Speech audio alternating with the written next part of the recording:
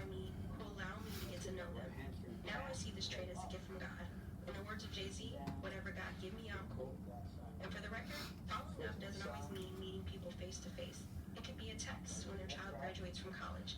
It could be a holiday card every December. Or something like a voice memo just catching them up. If you don't foster a network you've created, it will fail. The people in your life don't want to feel like you're using them because they only hear from you when you need something.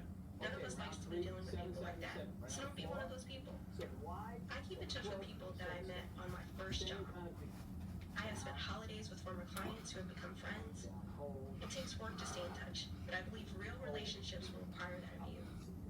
Please don't let your busyness get in your way, and if you think of another word to use, share it with me.